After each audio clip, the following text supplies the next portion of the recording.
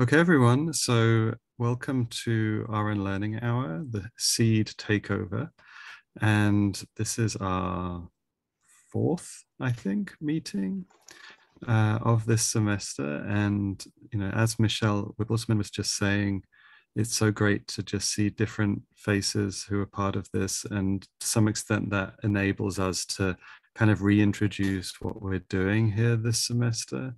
And I think what the most important thing for us to say here is that this is a takeover, and this means that the work of Cadine Navarro at the Frank Museum at Otterbein University is kind of leading our unlearning reflections. And we have the curator, Janice Glowski, here as well to discuss this exhibition. And don't worry if you have not seen it yet. That's not, as someone that leads the thing, have yet to see the exhibition.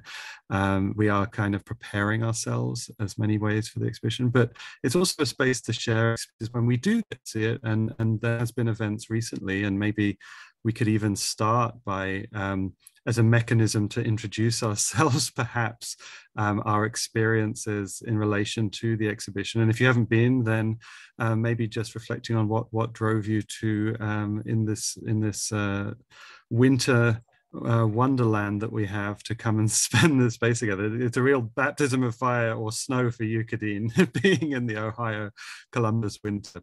But, so maybe I don't know whether Terry, you want to say anything about what happened earlier over the last weekend, and then Kadeen generously also shared a kind of topic for us today about mapping. So we will obviously get to that too, but there's no real formal way of doing this. We're sharing experiences together, and so the space is open.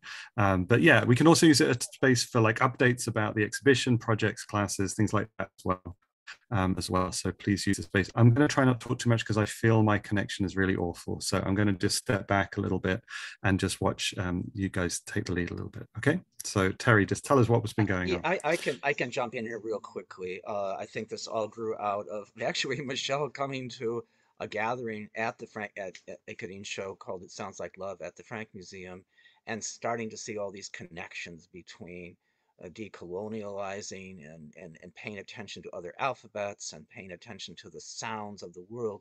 So we've been holding events there, and we're going to continue. We had one last Friday and last Sunday, and we'll have one this coming Sunday. We were going to have one tonight, but it seemed a little questionable, you know.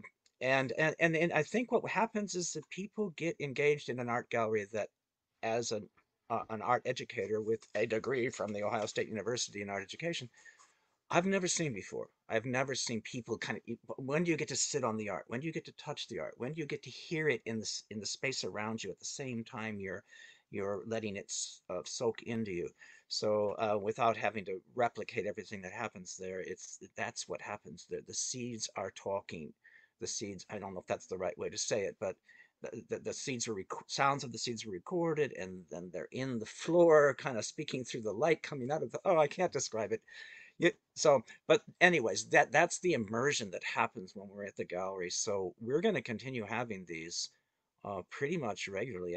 We haven't said exactly how many Fridays and how many Sundays, but I'm thinking we're inviting all kinds of people, and not just academics, but we're thinking of people from Sustainable Westerville to come, and school kids and families and families and kids.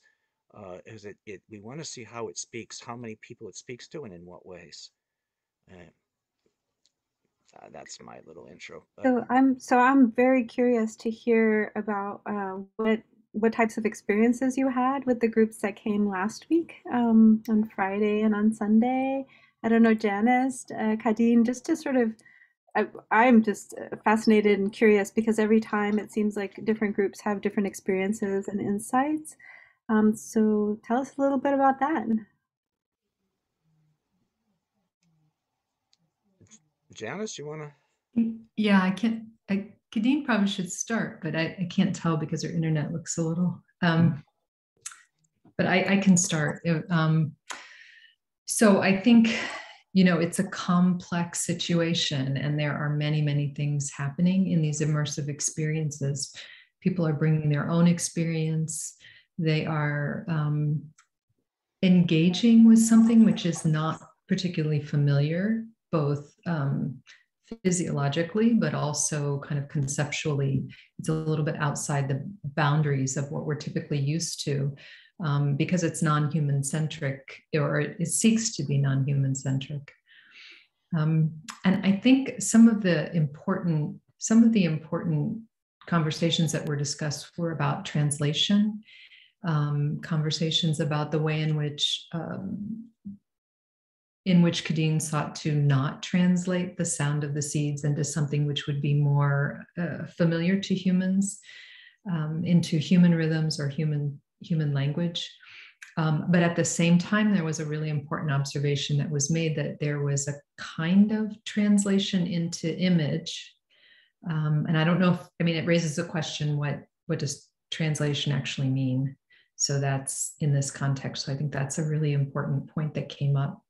And then the possibility, once those, the maps from the seeds were created, then what is the response or the learning from those? And I think maybe that's part of what this Unlearning Hour is about, to some extent.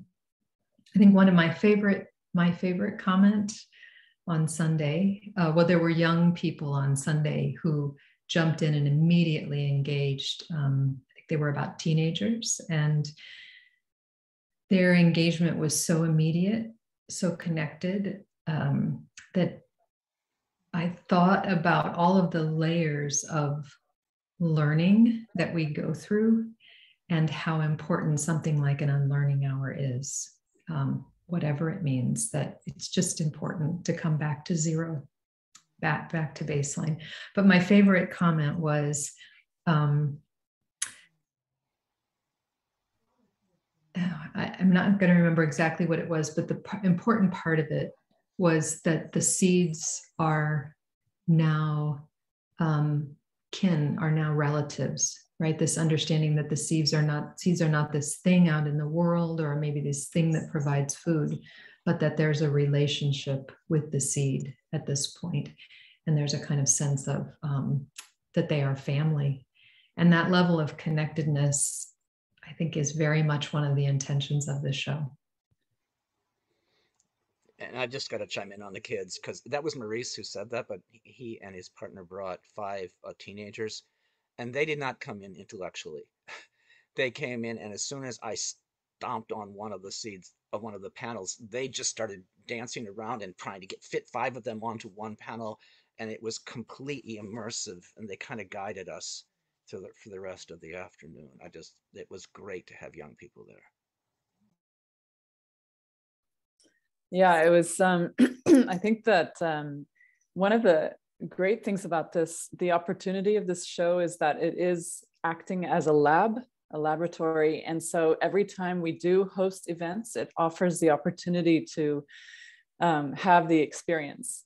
And I'm, you know, I think that's the essential part of knowing or learning or unlearning what this is about. And it was very touching when Maurice said, "We are kin now," you know, because it was sort of like, okay, now I understand that I am connected. And it was really interesting that he kind of had that reflection, and along with the teenagers that were there, and I was very touched by their reactions. It feels so authentic, you know. And but it's interesting because every time we have these events or I share the work with whoever, it's the first question that I get is, well, so how did you do it? And it's sort of this human need to know how something is done, and you know, rather than sort of letting the unknown part of it do its work, which I find interesting. It's like the brain needs to compute something, and the real point of this show seems to be the body needs to compute something. And so that's why we kind of need to be there. And it's so interesting to me that yeah, that it is in this small town in the middle of snow, like, and people are coming in, you know, to have the experience, which is different from a Zoom experience or a paper or a conversation in a way. It's like we have to have this opportunity to take off our shoes and have that sensation come through the feet and through the body, and, you know, walk with it, breathe with it. And it does sort of ask us to walk and breathe and think maybe differently. There is a slight shift that seems to happen. And it's also thanks to the sort of guiding of the invitation to slow down and to sort of let go. And the question that's been coming up a lot is, well, so, you know, how do we listen? And we keep coming back to this. Anyway, so, and I was having a conversation about this with a friend, and in Boston just before coming here, and we were walking on a very windy day. And I don't know if I mentioned this already in an unlearning hour, but it was just really struck me because we were walking, and she, you know, she's, you know, an academic and very brilliant woman, and needs to also understand and know. And she said, well, how do we listen? And how do you propose to listen? And, you know, are you forcing me to listen a certain way? Or, you know, how can I just listen the way I want to, in a way? And then at that point, this amazing hawk flew over our heads and was taken back by the wind. And the sunlight shined on the hawk in a particular way with the open wingspan. And we both looked at this and thought, oh my gosh, that's how you listen.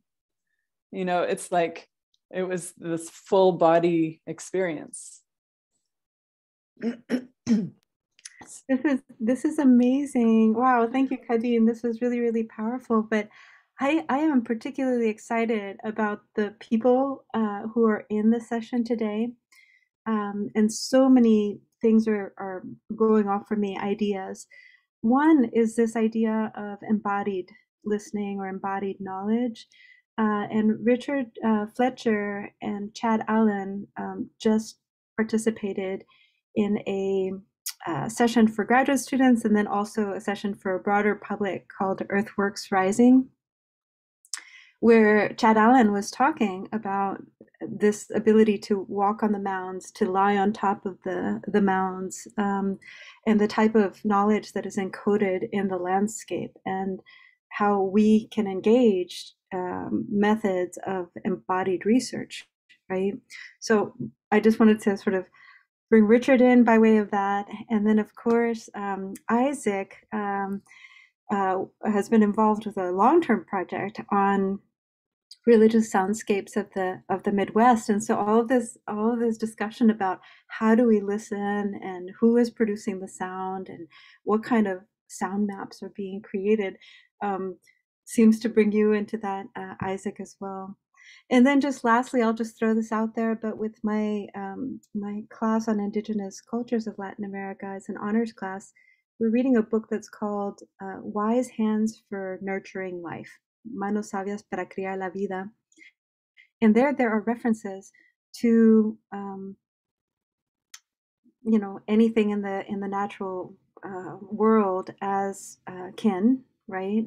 Including any kind of like pests, right? So like harmful plagues and things like plague insects and things like that, where people treat them as compadres. Even in those cases, you know, they are kin. So if that happens to come up again, we can kind of chime in on that for sure. So I'll just open it up because I just want to facilitate the connections that I see and the amazing work that has been ongoing, and then also a few of the events that happened this week in other spaces.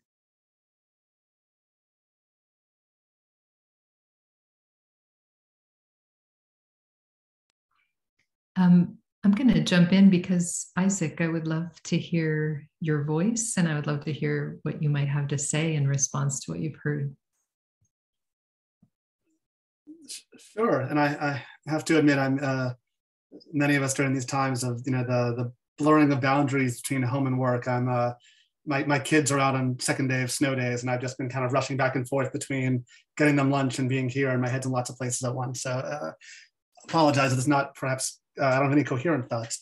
I'll just say first that I'm so excited to see this show, and I'm glad. I will admit that I didn't know it was happening until Michelle emailed me earlier in the week, and now I sent it to I have like a team that I work together with on this project that I've been directing, and we're planning a field trip, and we're all really excited to go see it. And I just resonating immediately. I'll probably bring my kids. Like, I just love the idea of this, and I can't wait to actually be able to experience it. And this idea of how we come to know, I think, through hearing and listening is one that I've been thinking a lot about over the last several years. As Michelle said, I'm a scholar of religious studies here at OSU, and my first book was about sound as a medium of contact between different religious communities in America, and sound as a locus of dispute over the place of religion in American public life. So I looked at legal disputes having to do with things like church bells or the Islamic call to prayer, public proselytizing, and attending to the different ways that people made sense of what it meant to hear religion in public spaces at various moments in US history. And then emerging out of that project, it began as a classroom exercise, really, to kind of build a collective sound map of our communities.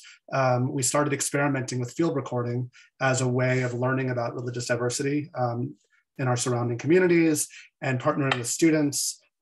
We started creating kind of a digital sonic archive of what religion sounds like across a variety of spaces, some that might seem conventionally religious and some that might seem ostensibly secular, and kind of listening very imaginatively and creatively for what it might mean to hear religion and to use listening and hearing as a mode of apprehension, of learning, and of knowledge. That eventually developed into a project called the American Religious Sounds Project. We have a website at religioussounds.osu.edu that we created a number of tools, including a mapping tool, to allow people to explore through our digital archive of now several hundred recordings across a range of communities and spaces.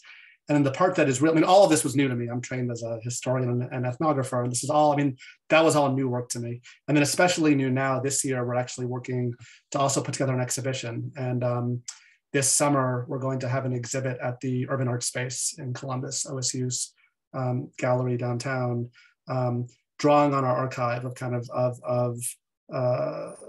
thinking about sound and religion, and in kind of an immersive installation space. Not to make it about me, I'm much more interested, obviously, in hearing about Kadeen's work. But one of the things I was thinking about, especially listening to some of this, is one of the things we've wrestled a lot with in building kind of both our archive and our site, is how we call attention both to what we hear and what we don't hear, what we're able to hear, what we can't hear, and kind of attending to like the absences and silences in our archive alongside what it is that we do here. And those silences are for lots of different reasons, right? Those are groups or communities to whom we don't have access to by virtue of who we are, the ones doing the recording and doing the work, communities who have refused to have their sounds documented for lots of very good reasons, some of those historically connected, some of those having to do with issues of privacy and otherwise.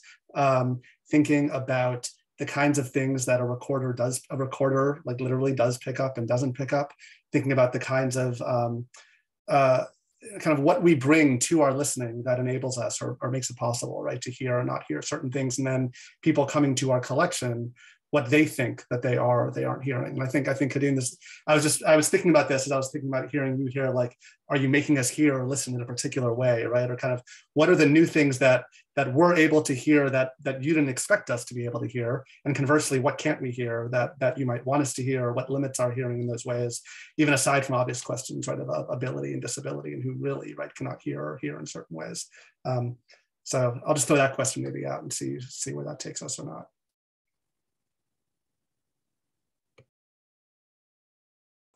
Well, I'm just saying, when you come into the space, the sounds of the seeds are in very lightly in the background, and some people don't know what they are unless we point it out. But lots of people start to listen, and they're they're drawn to them without even knowing what they are. They've mentioned them without being told. What's that sound? What's that sound in the background? And then when it becomes clear where those sounds come from, I think it's a different sensory experience than say, okay, now we're going to sit down and listen to the concert of the seeds. It's almost like surrounds us unconsciously, and I think and sometimes it's better to do that before you know. So I like that idea. What don't we hear? What are we hearing? What might we be listening to if we let our senses, if we let our minds kind of settle down and let the sensory part come in? And I also love, Kadeen, something that you pointed out last time, which is that the sounds that we're hearing are being produced by dormant seeds, so usually considered to be inanimate somehow or waiting to be awakened. But these are the dormant seeds that are making these sounds. So this is also raises all kinds of things about who produces sound and like what we hear, what we don't hear, who participates in that soundscape. No. You know, the my sense in terms of, well, are you forcing me to listen in a particular way, or how do I listen, or what's, to me it feels it to me it, I think it's about invitation. It's not about prescribing anything. It's about an invitation to slow down and an invitation to do embodied listening. And I think it's that. It's on one level, the immersive experiences are that, and then much stuff can come from that, but it begins from a place of invitation rather than you know sort of describing how one should listen. Is that your sense? I mean, those of you who've been or who know about the show.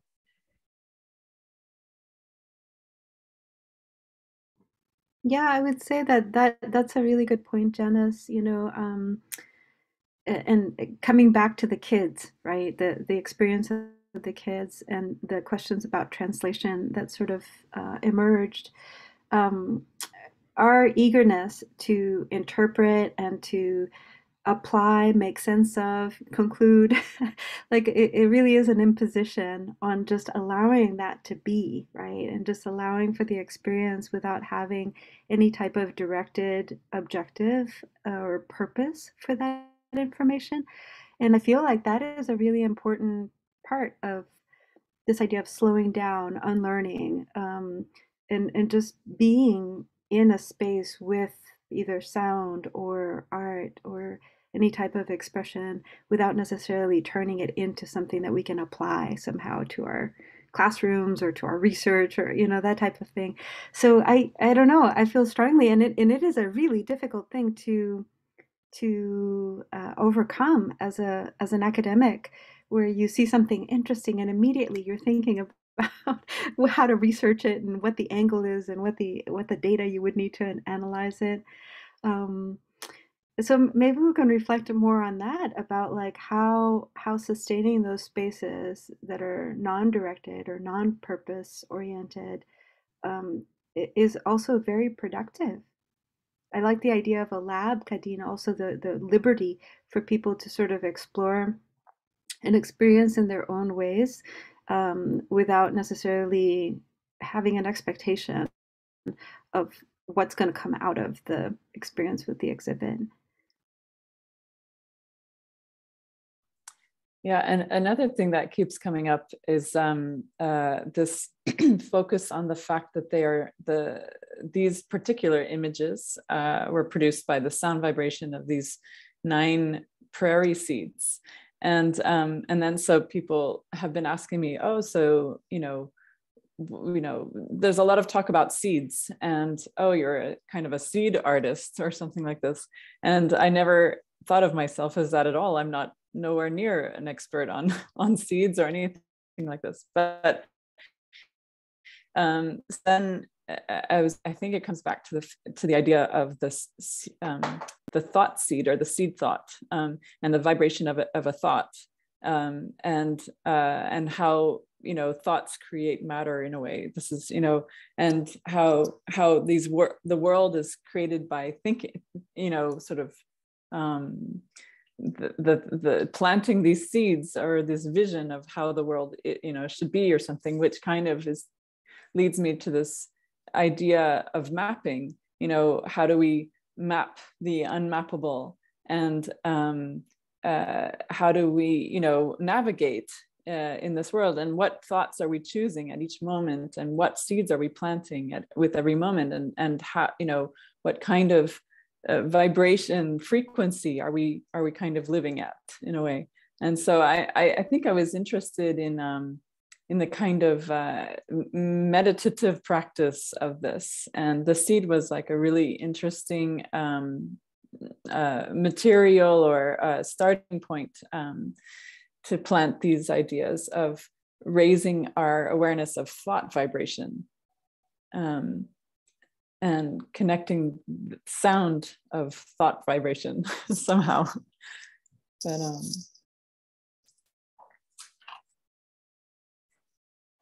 I wanted yeah. to ask Isaac, because I think this idea that we carry sound maps around in our heads. I'm not sure if who might have said that, or if I just heard it through my own filter. But I wondered, I guess it's a question for everybody, do we carry sound maps? Do we walk around in sound maps? And I'm just going to toss out one thing that I've been thinking about as we've been talking. Scott Russell Sanders, a good number of years ago, was giving a talk to Inuit families up in Alaska. And there was one boy over in the corner, kind of wrapped up in his sports t-shirt. And he heard that Scott Russell Sanders taught at the University of Indiana University. And that was the only thing that kid heard. He said, "Do you know Bobby Knight?" And that perked that kid up. So hearing Indiana and then Bobby Knight was his, I'm wondering if that was his soundscape. And everything else that Scott Russell Sanders was saying about knowing your place and caring about your heritage and getting to know your environment didn't matter, because that sound was around him. I don't know if that's relevant, but I'm really fascinated by what kind of soundscapes we carry. And then if we let in certain ones that we've not heard before, like the seeds or like the bells, I'm just be interested in that. Now, I was thinking while listening to you talk, I don't know if this is a response or not, but Kadeen, listening to you describe the seeds and mapping and relation, right? It seems like placing a strong emphasis on the one hand on this idea of like potential, right, or potentiality, and how what it's imagining, but also on like relationality, right? That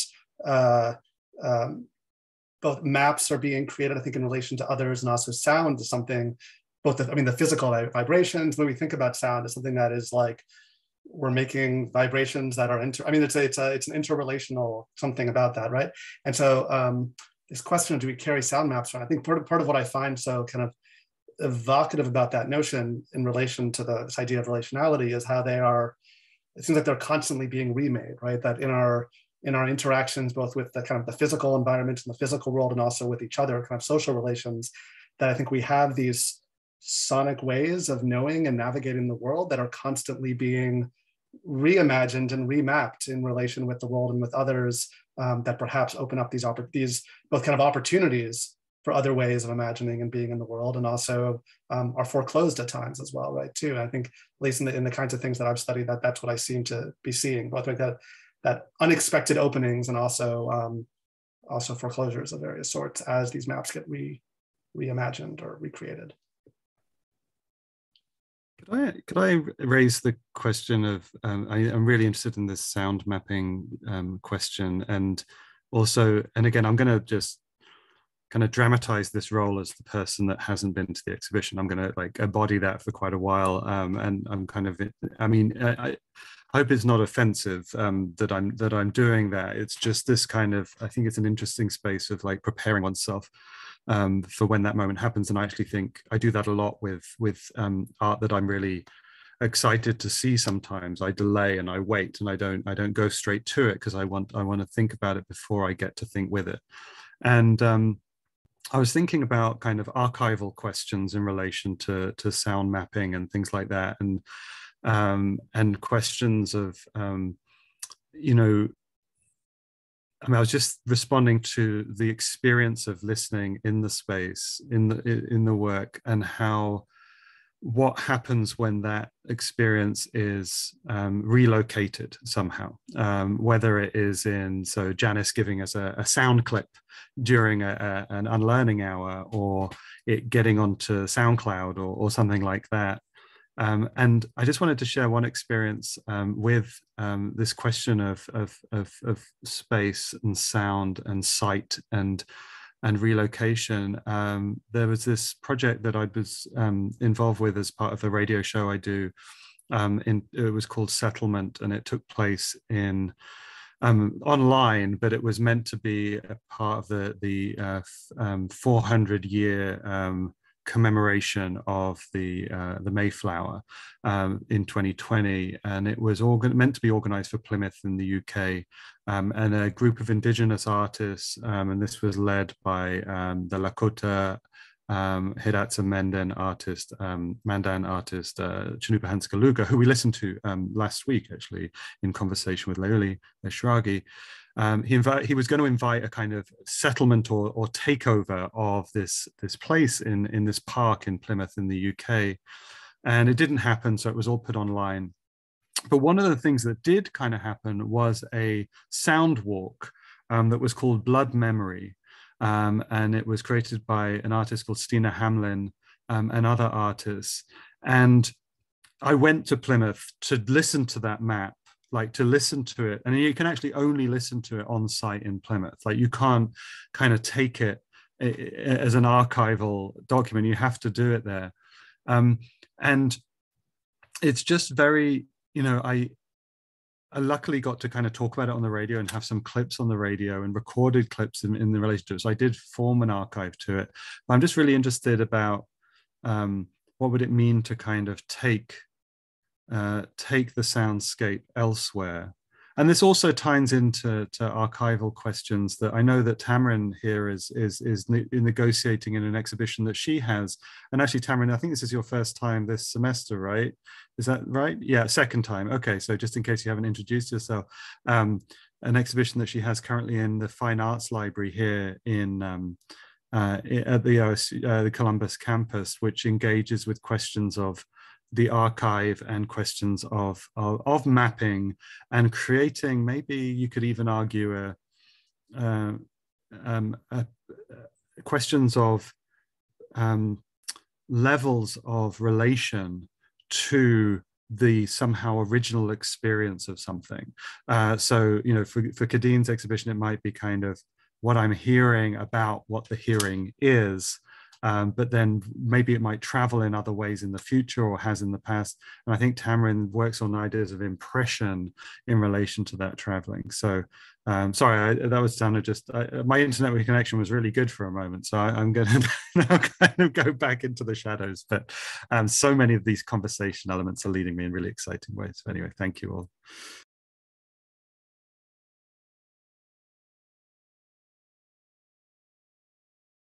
I don't know if Tamarin, you want to just weigh in with your exhibition if you feel kind of up for that. You did a really nice job of describing it, maybe even better than I could at this moment in time. And this isn't related to my exhibition, but I just wanted to, as we're talking about sound, and I also have not yet been to visit the space, but I've been thinking about it a lot, and I've been telling others about it. I have a course, an interdisciplinary studio course right now with a number of dancers, and I keep imagining, I think maybe I heard that you had some sort of performative or dancers in the space, but I keep imagining moving bodies, like that slowing down. And this week I experienced the motion lab at ACAD for the first time with that class. And there's, I think it's like a 6-channel audio in that space. And when we first entered, the sound was moving around through those 6 channels in a way that gave me a sense of being in the space, or that it really like instantly like gave me this embodied experience with sound and reminded me of work like Janet Cardiff's work and how sound can be placed and traveled and our relation and in space to sound. It's just like an interesting experience that I hadn't felt before experiencing her work, or even just reminded of it in that space this week. And I'm looking forward to experiencing the sound in your space and feeling what that is like. And I hope some of the dancers in my course will be able to come as well.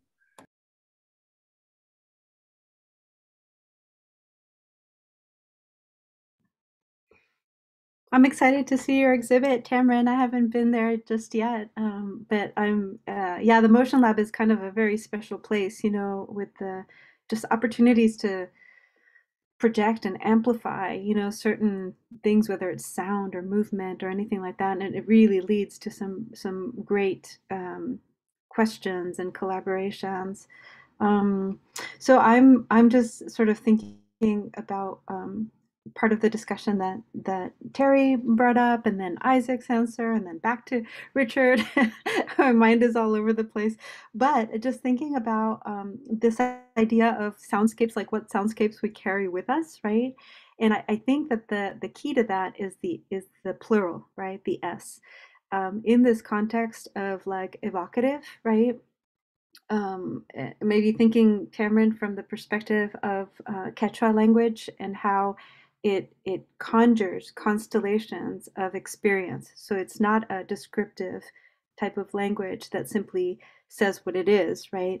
But for each person that hears a word, it conjures like all of these associations and all of these experiences that come in to the meaning making of the statement, right? So this idea of soundscapes in the plural that trigger other experiences and other soundscapes that we may may be familiar to us. But the other counterpart that comes up for me is the idea of tuning things out, right? And for those of us who have kids, like we know how quickly that happens, where they recognize what to them is like a foreign language, and they tune it out, basically, right? So how this idea of how we listen and how we very, I don't know if it's deliberate or unconsciously, filter out like a ton of information, a ton of sounds. Like what we're listening for is like so specific that actually the breadth of the soundscape, most of it, I think, is probably tuned out, you know, as meaningless, right? So how to think about awarenesses of that type.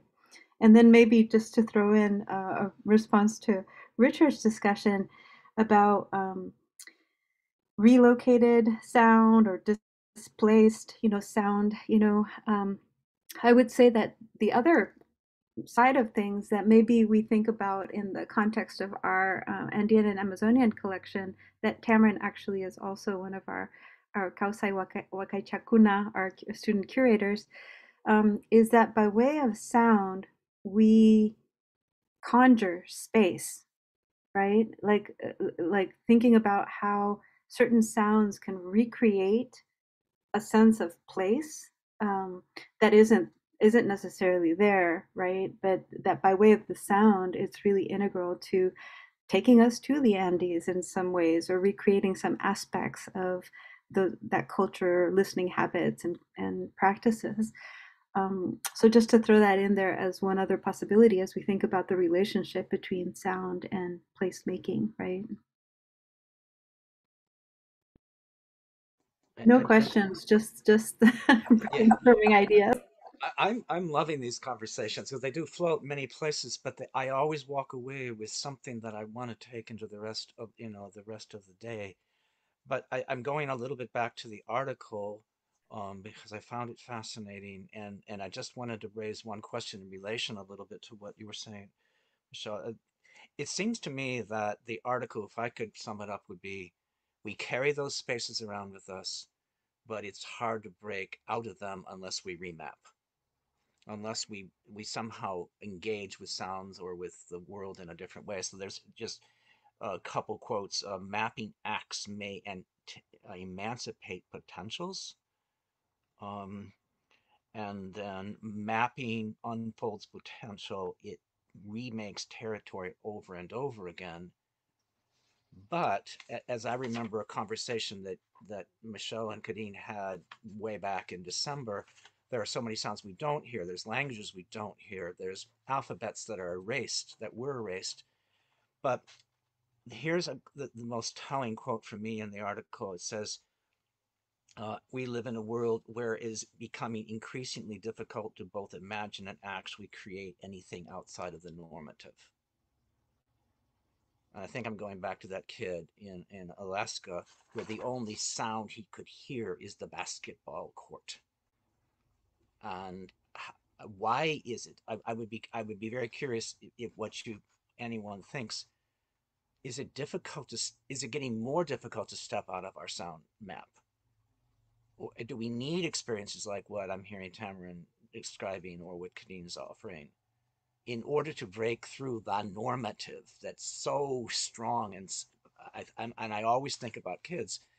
How do they step out of that world that is being kind of the sound world that's almost being pressurized on them and can't hear? And I want to just say kids, myself included. It's just one of the things I was curious to hear what anybody else thought. Is it harder now to break up? This brings to mind Otto Scharmer's discussion about the four ways of listening, the 4 levels of listening, manners of listening, and the way, at the first level, we're listening for things that confirm our experience or our current understanding. And then it proceeds from there, to listening for debate, listening to what is opposite, that, percussive, concussive things that could be challenging. And I think that's kind of how we're trained traditionally anyway. We used to be trained in academia. And then something that's more empathic, where we're listening to kind of put ourselves in the other person's shoes or the other being situation. And then there's a much broader listening, right? That broader listening, which is generative. It sort of exists. There's no center point of it. And we're listening into what is going to kind of emerge as intelligence from the group. So I think there's so many different ways, and I think that's just a skeleton, right? There's probably so much more even within that context, but listening for what confirms our understanding, that's really an important type of listening to be aware of if we seek to unlearn. That, knowing, becoming aware of the fact that is how we're listening. And it's not, it's stabilizing, right? It's stabilizing. Listening to something which is emergent can be so energizing, but it can also be destabilizing from our sense of place. So I don't know, some of this seems like it relates to feelings of fear, feelings of uncertainty, what we're comfortable with, what we're not. And just to kind of go back to the chapter also, I was really struck by his discussion of mapping that destabilizes hierarchies. And he talked about circles as something which are not necessarily directional, but can be, as opposed to like the rhizome. So I don't know, Kadeen, I see this kind of listening that you're doing as destabilizing colonial hierarchies, but that's different from the visual map that's created, right? The human interpretation of that might be something of a reading of hierarchy. The center is more important than the periphery, all these kinds of ways that we think. So sorry, that was kind of two pieces, 2 prongs. I just want to say I really appreciate what you said there, Janice, and getting back to Terry's questions about are young people able to listen. I am thinking about my experience with Waldorf schools and the way that it's up to adults to give them a sense of wonder and awe. And when we don't have that, when there's so much electronic stuff ready for them, you need to buy this and you need to look like this. I think it's very difficult for students to be able, children to be able to listen in those deeper, destabilizing ways. I think we've become very stable in our consumerism and the ways we've been doing things. Thanks. I'm gonna mute myself again and stop my video. I agree, Vicky. So one of the things that, and Kadeen, you'll experience this when you come for the class visit, but one of the things that we do with the Andean Music Ensemble is to remember the joy of just being cacophonous, right? Like, so bringing out instruments and just making some sound, exploring the instrument, not even knowing exactly whether to play it properly or not, but just sort of like that exploration. And the joy that kids often have, like when it's a rainy day and you bring out the rainy day trunk of music instruments, and they seem to be having a great time. The poor teachers are like, wow, you know. But they don't distinguish, like if they were actually producing something that sounded good, I don't know that it would be as joyful, you know, as this just sort of expression of sound. So in our ensemble, we sort of question that, and we try to rediscover that as a way of expanding our ears, you know, to a broader universe of sound and a different type of idea of collaboration and exploration of that. So it is something that is sort of like thinking about how do we rediscover that, you know?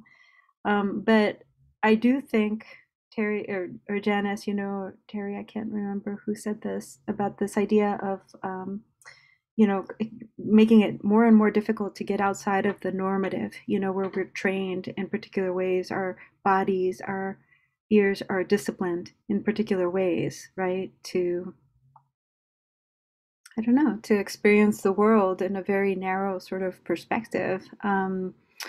But just thinking about that in the article, they also mentioned staging, you know? And so just thinking about like the broader context, not just of sound and soundscapes, but also, and maybe touching Janice on this issue of translation and representation, right?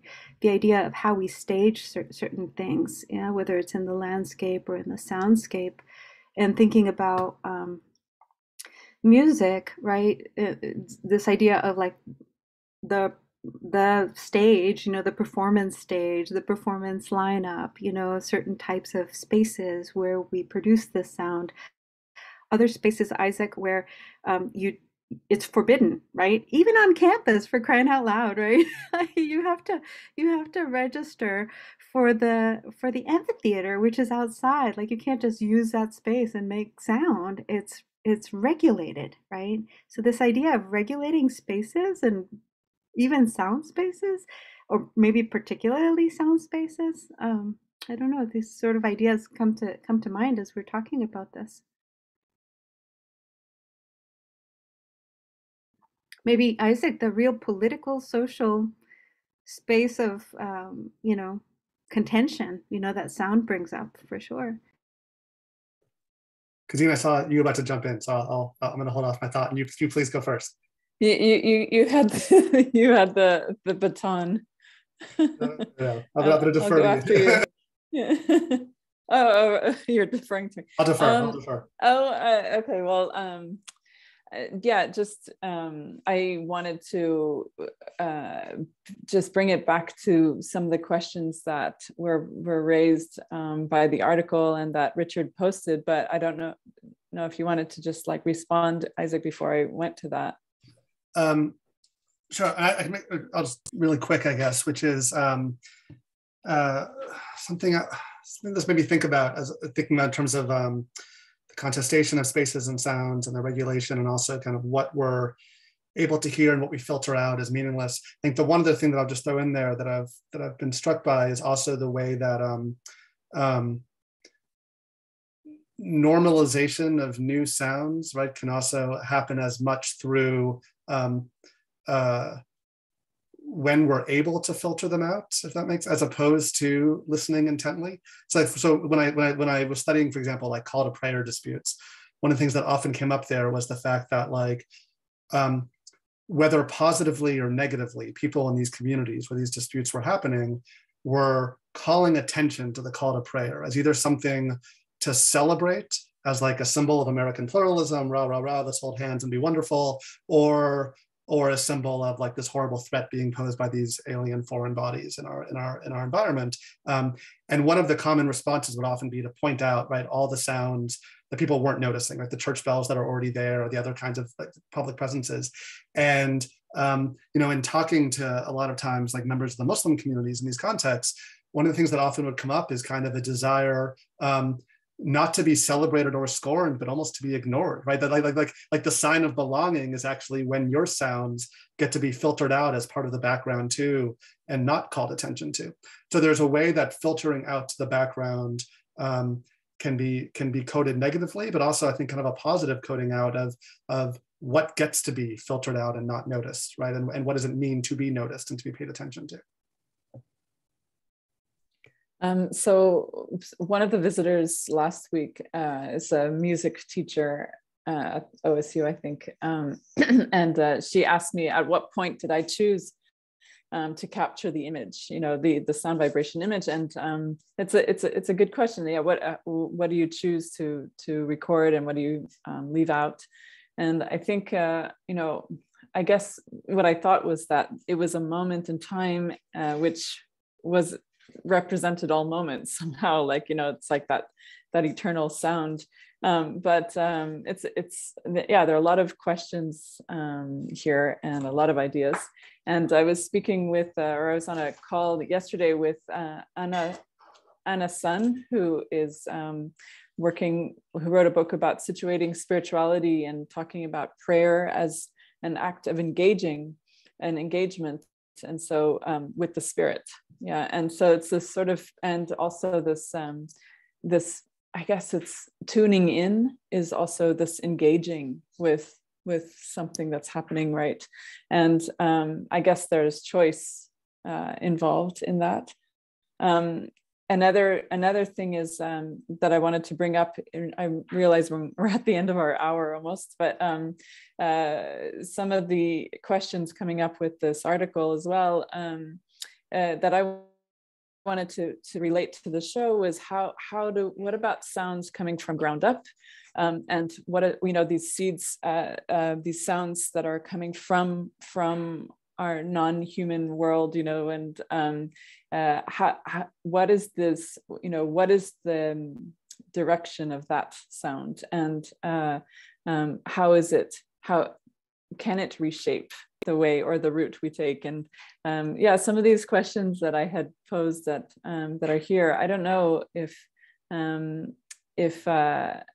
yeah, I guess I don't know if there's enough time to sort of to think into that as well, but like territory as a sound vibration, right? And how do we navigate that? And also, what about I don't know, there's something related to the sacredness of that. Like it's like a sacred soundscape. It's like it just exists, and how do we tune in? And how is that tuning in a kind of a map, right? I don't know, there's a lot of it makes me think of Stephen Feld's work, in terms of recording from different positions and different perspectives. And it brings in the question of positionality also. The other thing, just thinking about relations, right? That if we experience different roles in our society and play different parts, not always just the same role, it brings us into a greater awareness of what those relations are. So just thinking about that, just thinking about listening from different perspectives or from different roles, and how that fills in a lot of that awareness of what would it be? I don't know, if of space, of community, of relations. But yeah, I think that the issue of positionality comes in here. Isaac, I know you're familiar with this work, and I see you nodding your head. No, this is not a helpful contribution, but I was thinking too of, I think it was like a This American Life episode a couple of years ago or something, where they had like professional chefs, professional cooks, who claimed they were kind of to see whether, like they said that they could tell when a food was cooked through by the sound of it. Like listening to like the sizzle on the pan, they could tell the moment when it was perfectly cooked. And they were like testing it and having them, you know, like blindfolded and listening. I mean, they made it kind of silly out of it. There's something there, I think, to Kadeen's question about kind of how we listen to non-human sounds, how we listen to what's below us, how we learn the world by tuning into things that are not kind of human socially produced. I find it to be a really, I have no answer. It's a really evocative question that I'm going to be taking with me from this for sure. And maybe along those same lines, for my class, we were reading about how to read the signs, you know, of nature for meteorological predictions and agricultural type of decisions. And one of the signs was if you hear the how do you say the sound that the sheep make? Is it the balear is in Spanish, but I don't know what the sound is called in English. But when the sheep's ba, right? If you can hear that from more than 4 kilometers away, then it means that the rain is coming. So we sort of explored this with the students of saying it could be like interpreted as, oh, indigenous superstition or something like this. They also made the example of a car, like in contemporary times, how far, right?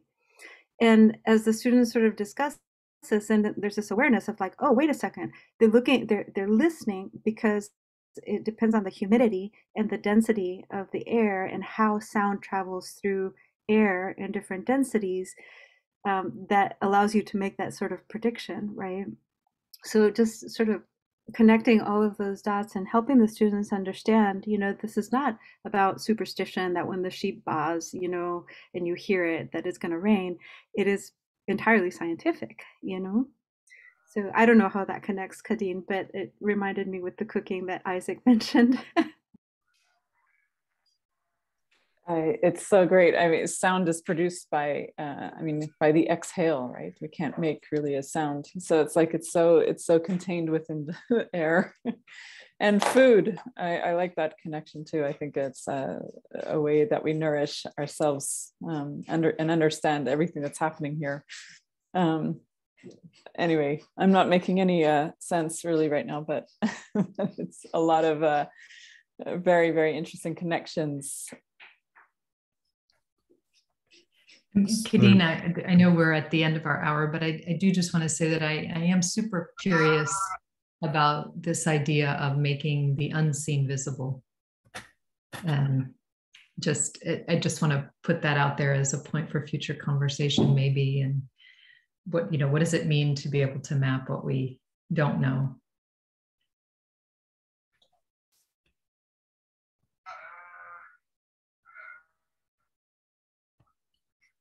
Okay, the sheep has bleated for the end of our session today. Thank you everyone for your presence. If you can come back next week, come back next week. If you can't, that's great. We archive these recordings on the Cachuela Quina YouTube channel, and they're different every time, and they lead around in circles, but also lead into possible new threads for what we'll discuss next week. We can circle back to any of those questions, Kadeen. We can also, take the lead from what Janice was just saying too. So, again, it's just great to have this time in our busy schedules to just step back and think and share this together. And I just want to acknowledge Isaac's presence here today was really important. And so just to bring a new valence here, and also the connection between two artists' works, so Tamrin and Kadeen, with installations that are now. And so let's not miss, our opportunities to encounter those works. So yeah, thank you everyone. And before we leave, where's Tamrin's? Where's your show? So it's in the Fine Arts Library at Ohio State, near the Wexner Center. Okay, thank you. Okay, everyone, take care. Be safe when moving around, and see you next week. Take care, everyone. Thank you so much. Thank you. Bye, everybody. Thanks all. Bye-bye.